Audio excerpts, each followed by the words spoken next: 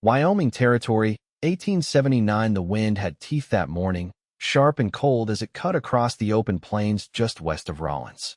Brielle Orton stood in the wreck of her wagon, her hands scraped, her skirts torn. One of the wheels lay splintered in the dirt, broken clean through. Her horse was gone, spooked or stolen. She did not know.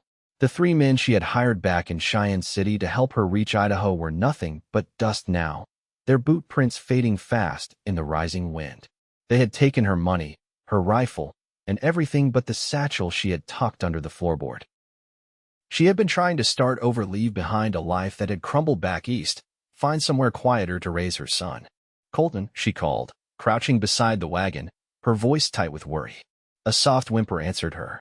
Her 6-year-old son peeked out from inside the broken wagon, his cheeks smudged with dirt, his blue eyes wide. "I told you not to come out until I said." "I was scared," he whispered. Her arms wrapped around him instantly. "I know, baby. I know. We're going to be okay." But that was a lie. They were 2 days' walk from the nearest settlement. She had no horse, no food, and no weapon. The sun was rising fast now, and the plains stretched empty in every direction. She tried to think. She had water in the canteen, some jerky in her bag, and the satchel with the last of her coin. Colton's small hand found hers. "What do we do now?" Brielle looked out over the dry, endless land and gave the only answer she had. "We walk." They didn't make it far. Her boots were worn thin and Colton's legs were small. By late afternoon, he was stumbling with every few steps. She lifted him to her hip and kept moving.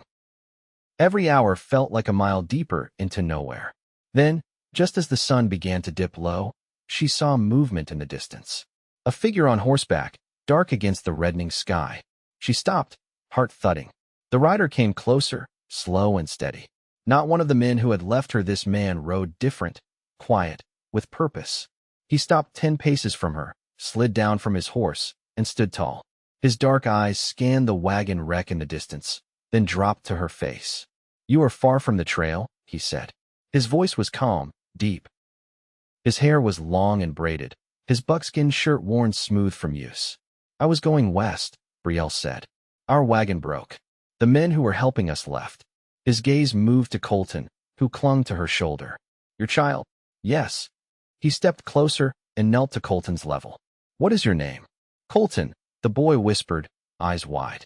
The man nodded, then looked up at her. "I am Awan Petahn. You should not be alone out here." Brielle's knees nearly gave out with relief. "Please. I do not know what to do. We cannot make it on foot." Awan studied her for a long moment, then stood. "I will take you." She blinked. "Take us where?" "Across the frontier. To the other side of the Wind River Range. You cannot go back, and west is still far. But I know the paths. I will guide you." "Why would you help us?" He tilted his head. "Because someone should." She looked at him, then really looked. His face was unreadable, quiet and strong. But there was no threat in his stance, just calm certainty. "All right," she said softly. "Thank you." Awan motioned toward his horse. "You ride." "I will walk." "I can walk." "You cannot." He was right. Her legs ached, and Colton was already asleep on her shoulder. She climbed onto the horse, cradling her son, and watched as Awan began walking west, leading them away from the broken wagon into the long stretch of land that waited. They made camp that night near a creek, still within sight of the wreck. Awan built a fire without a word, gathered dry brush fast, and had a small blaze going before the cold could settle in Brielle's bones. She tucked Colton in close beside her, using her shawl to shield him from the wind. Awan sat across from her, carving a stick with a small blade. "You do this often?" she asked. "Help strangers? Walk across wilderness like it is your backyard?" "Yes." She studied him. "You Cheyenne?" He nodded once. "Northern." She swallowed. "Thank you for helping us." He did not look up from his carving. There is no need. But there was. The fire crackled between them. Colton slept beside her, breathing soft and even. "You have family?" she asked. "Not living." Brielle felt the silence settle between them again. It was not uncomfortable, just quiet. She pulled the shawl tighter around her. "I was meant to go to Idaho. My sister married a rancher out there. She said there was room for me and Colton. You will get there. You cannot promise that. I can lead you." She looked at him again, really looked. His hands were steady, his voice even. "I believe you," she said. He raised his eyes to hers. Good. The fire crackled on, and for the first time in days, Brielle felt something other than fear. She felt hope. By the second morning, frost clung to the grass like ash, and Colton's breath curled visibly in the gray dawn. Awan had risen before light, moving through the brush with quiet efficiency, returning with a brace of quail already cleaned. Brielle crouched near the fire, rubbing her hands for warmth. She barely slept, though not from fear. Her body wasn't used to stillness anymore, not since they'd left Cheyenne. She watched Awan arrange the birds over the fire, his movements precise, economical. "Do you always travel alone?" she asked, keeping her voice low so as not to wake Colton. "I do now." She waited, but he didn't elaborate. Instead, he glanced toward the horizon. "We'll follow the creek north. There's a crossing at the base of the ridge. Water stays clean there." She nodded. "You think there's still snow up in the mountains?" "There is, but not enough to stop us." He turned one of the birds, the skin already crisping. "You've crossed range country before?" "No. My husband did. He wrote about it. Said it was the loneliest place he'd ever loved." Awan handed her a cooked bird on a flat stone. "He died. Last winter. Fever took him fast." He didn't offer sympathy, just nodded, like he accepted it as a fact of the land. Colton stirred then and sat up, his hair wild from sleep. He blinked at the fire, then at Awan. "Is that for me?" Awan passed him the second bird, and Colton grinned, sinking his teeth into the meat. "I didn't know quail could taste like this," Brielle said after her first bite. "Fresh is different." They broke camp quickly after that. Awan packed the horse without needing help, tying their few belongings with a practiced hand. Brielle adjusted the blanket around Colton and walked beside Awan as they followed the creek's bend. Hours passed in quiet, the air warming, the sun rising behind them. The land changed slowly, wide plains giving way to more brush, cottonwoods clustering near the water. A hawk circled overhead, casting its shadow long across the grass. "You were headed to Idaho," Awan said, finally breaking the silence. "What would you have done there?" "My sister keeps a house near Salmon. Her husband runs cattle and hires out riders. She said I could teach, maybe help with the stewarding." "You read and write?" "Well enough." She paused. "I kept my husband's ledgers for 5 years. Balanced contracts. Sent letters for neighbors who couldn't spell their names." He nodded. "There's use in that." Brielle glanced at him. "You ever think about settling? Staying in one place?" Awan didn't answer right away. He stepped over a fallen branch, waited for her to catch up. "My people were forced north," he said. "We lived near the Powder River once. Then the soldiers came. Now I move where I choose." She let the words settle between them, not pressing further. Toward late afternoon, they came across a thicket where the creek widened. Awan stopped and crouched, examining the ground. "Deer crossed here," he said. 2 nights ago. Might be more near the ridge." Brielle watched as he stood again, brushing dust from his palms. "You track better than anyone I've ever seen," she said. He looked at her, unreadable. "I was taught young. It keeps me alive." She studied his face a moment longer. There was strength there, yes, but something quieter too. A steadiness she hadn't realized she craved. Colton tugged at her hand. "Mama, can we stay here tonight?" "It's pretty. We'll go a bit farther," Awan replied gently. "There's better shelter near the stone bluff." "The wind won't reach us there." As the sun dipped low, they reached the bluff, a curved wall of rock that rose from the earth like a broken tooth. Awan found a narrow hollow, just wide enough for the 3 of them. He built a fire with dry pine he'd gathered earlier, and Brielle laid out their shawl for Colton to rest on. When the boy had fallen asleep, curled beside the fire, Brielle sat back against the stone. "It's strange," she said, watching the flames. "I don't feel frightened anymore." Awan sat across from her, knees drawn up, hands loose over them. "Because you're not alone." She nodded slowly. "Yes, I think that's it." He didn't speak, but the firelight caught on his face, softening the hard lines. In that quiet moment, she felt something shift, not sudden, but certain. Like a door had opened somewhere deep inside her, letting in warmth after too long in the cold. She didn't say anything more, and neither did he. They let the silence speak for them. The third day brought wind low and ceaseless, dragging fine dust across the ground and tugging at their clothes. Awan adjusted the scarf around his neck and shifted his pace to walk slightly ahead, his shoulders square against the gusts. Brielle pulled her shawl tighter across her chest, her fingers numb from gripping the reins where she sat behind Colton on Awan's horse. They'd left the ridge behind at first light, following a game trail that wound south of the dry basin toward a stretch of low hills. The land there was quieter, the brush denser, and Awan had said they'd find cottonwoods near a spring before dusk. Brielle noticed how he walked more slowly now, watching for signs: flattened grass, turnstones, clawed bark. Each time he paused, she waited, trusting his judgment without question. Colton, usually full of questions, had grown quieter since morning. He leaned against her now, his small hands tucked into the folds of her skirt, his voice barely above a whisper when he spoke. "Will we see any towns soon?" "No, baby," she said gently. "Not yet." He didn't ask again. When they stopped near midday to rest the horse, Awan crouched beside a fallen log and unwrapped a bundle of dried roots from a cloth pouch. He handed one to Brielle. "Chew slow," he said. "It'll keep your mouth from drying out." She took it, biting into the bitter root. "What is it?" "Sweet flag. Grows near water." She nodded, the flavor unfamiliar but not unpleasant. "You learned plants like that as a boy?" "My uncle taught me. He raised me after the soldiers took my father." Brielle sat down beside the horse, her back resting against the saddle. She didn't speak right away.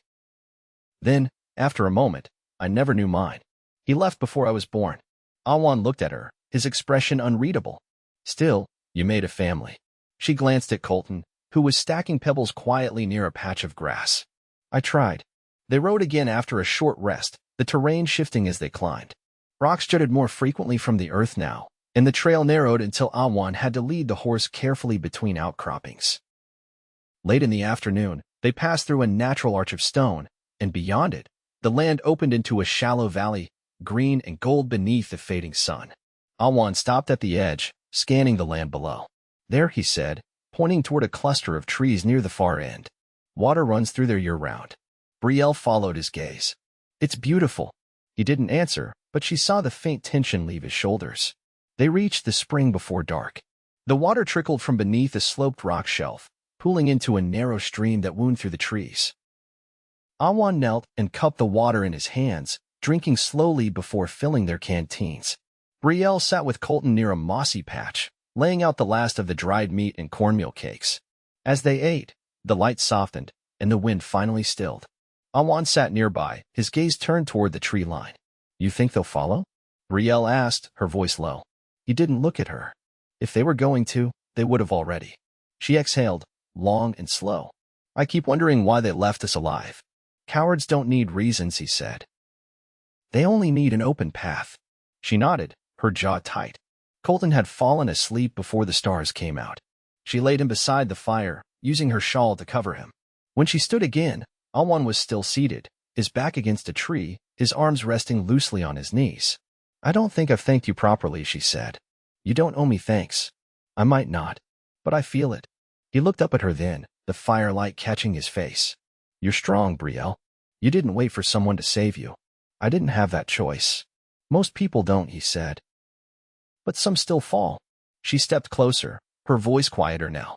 "You've carried a lot. I see that." His gaze held hers, steady and unflinching. "It doesn't weigh the same when someone walks beside you." The words settled between them like something alive, something neither of them had the language for just yet.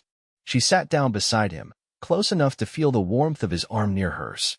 The silence stretched, easy now, wrapped in the hush of night sounds: crickets in the grass, water slipping over stone. "Will we cross the Snake River soon?" she asked. "In 3 days, maybe 4. There's a shallow place where elk ford it. And after that, we'll be near the border. Your sister's land won't be far." She nodded, watching the stars through the canopy.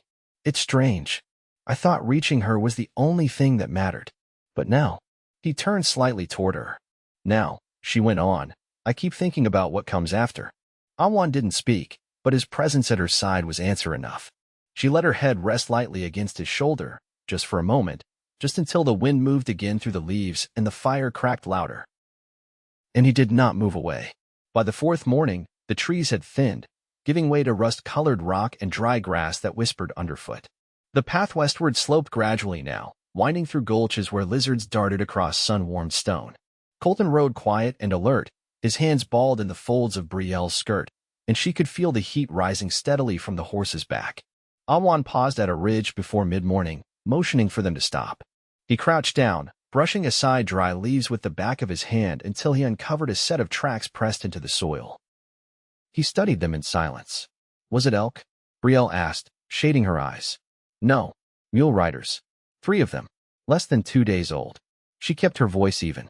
You think they're following someone? They're headed north, not west. Might be ranch scouts moving stock, or trappers heading for water. But we'll stay off the open trail. Brielle adjusted her shawl and said nothing more. She'd learned he didn't offer suspicions unless they mattered. They followed a dry wash through the hills, the footing rougher, more uncertain. Awan picked the line carefully, guiding the horse from below. Brielle's legs ached from holding balance, but she said nothing. She'd come to understand that endurance out here wasn't spoken, it was proven, hour by hour. They stopped near a sunken bend in the earth where a few twisted junipers clung to life. Colton climbed down and wandered to the edge of a shallow basin, watching a horned toad creep through the dust. Brielle crouched beside Awan as he unwrapped a bundle from his satchel. You've gone quiet, she said, not unkindly. He passed her a strip of dried squash. This land's been walked by many feet. Some left peace behind. Some didn't. You know this place? He nodded. My mother's sister was born in a winter camp near here. She said the wind here never forgot voices. Brielle looked around them. There was a hush to the basin, not quite silence, more like a memory held in the air. Is that how you remember things? Where people were born? He didn't look up. The land remembers people better than people remember each other. She chewed slowly, the taste earthy and unfamiliar. You ever wish you'd stayed? There was no staying, he said. Not when soldiers came. Not when treaties were broken before the ink dried. She didn't answer right away. Her thoughts drifted to her sister's letter tucked deep in her satchel, the one that spoke of a house with shutters, of a guest room waiting. That house felt far away now, not in miles, but in shape. She wasn't sure the woman who had left Cheyenne still fit inside it. Awan stood and looked toward the sun. We'll press on until dusk. There's a canyon ahead with water and high ground. She rose too, brushing dust from her skirts. And after that, we'll be close to the snake. Maybe a day and a half. As they made ready to leave, Colton ran up to her, holding something in his hand, a stone, smooth and green, with a thin white vein running through it. It looks like a river, he said. Brielle took it, turning it over in her palm. You've got a good eye for shapes. Awan reached out and took the stone briefly, examining its weight. Jasper, he said, a sign of hard ground beneath. He handed it back to Colton. Keep it. It'll remind you where you've been. They rode down into the basin and up the far side, the land rising again into low stone shelves carved by wind. Awan walked ahead, his shadow long beside the horse. Brielle watched the way he moved, like he belonged to the land, not just walked it. There was a quiet authority in him that didn't demand attention but held it all the same. By dusk, they found the canyon he'd spoken of. A narrow cut in the earth, steep enough to shelter them from wind, with just enough room for the fire and the horse. Awan set about gathering wood, while Brielle settled Colton with the last of the boiled cornmeal. Later, as the stars blinked to life overhead, she sat beside Awan near the coals. I used to think I needed safety more than anything, she said. A roof, a lock, neighbors close enough to hear you shout. And now, I still want safe, but not small. He turned toward her. A house can be a cage if the walls are built from fear. She looked at him, the fire reflecting in her eyes. Would you ever build walls again? Not unless someone shared them. He didn't reach for her, didn't shift closer. But something passed between them, then an understanding deeper than words. She didn't flinch from it. Colton stirred in his sleep, and Brielle tucked the blanket closer around him. When she turned back, Awan was watching her, not with hunger, but with resolve. We'll make the river, he said. And after that, you decide your path. She nodded once. I think I already have. Neither of them needed to say what that meant. The fire burned low, and the stars brightened overhead, and for the first time in years, Brielle felt her future take shape not in someone else's house, but in the quiet company of a man who knew how to walk beside her.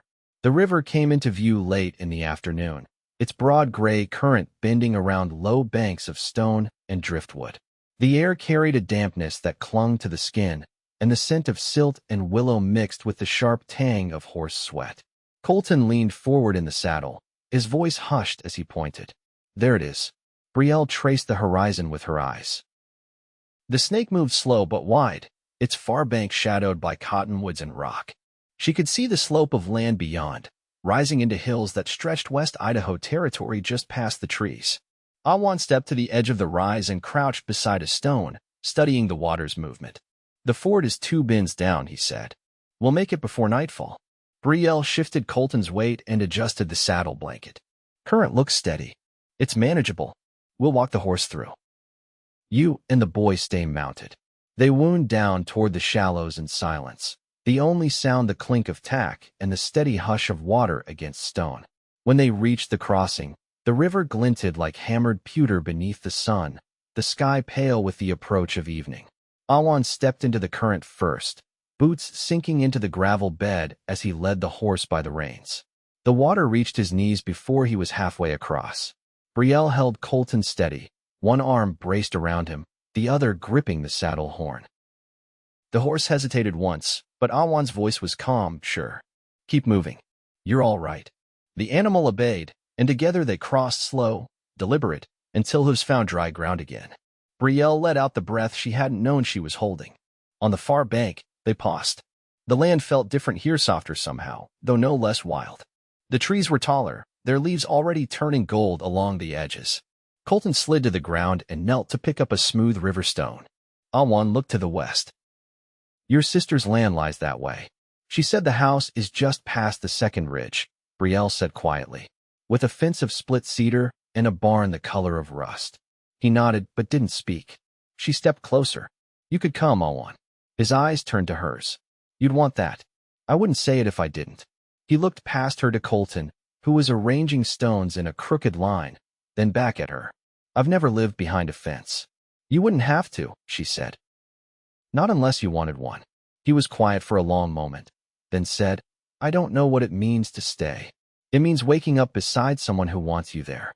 It means not walking alone anymore." Awan looked at her, and something shifted in his expression, not softening, exactly, but opening. "You'd have me. I already do." He reached out then, not hurried, and let his fingers brush the side of her face, calloused and warm. She leaned into the touch like it was the most natural thing in the world. Colton looked up from his stones and grinned. "Mama, is he gonna stay?"